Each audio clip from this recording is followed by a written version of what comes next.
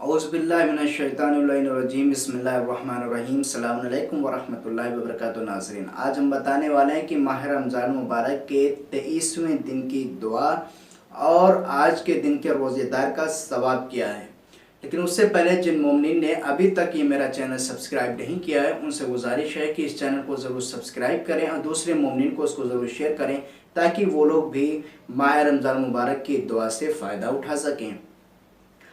23वें दिन का सवाब क्या है कि हज़रत रसूल खुदा सल्लल्लाहु अलैहि वसल्लम इरशाद फरमाते हैं कि 23वें दिन अंबिया और सिद्दीकीन और शुहदा के साथ पुल सिरात से गुजर जाओगे।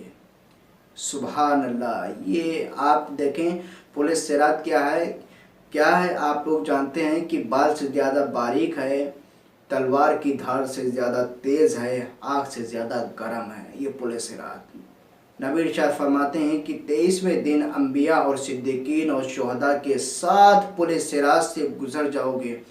मेरी उम्मत के हर यतीम को पेट भर कर खाना खिलाने, मेरी उम्मत के हर फर्द को कपड़ा पहनाने का सवाब खुदावंद आलम तुमको इनायत फरमाएगा।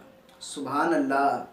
आप लोग जानते हैं कि यतीमों को खाना खिलाना कितना सवाब रखता है। ये आज के दिन की दुआ और उसका तर्जुमा ये रही आपकी स्क्रीन के ऊपर।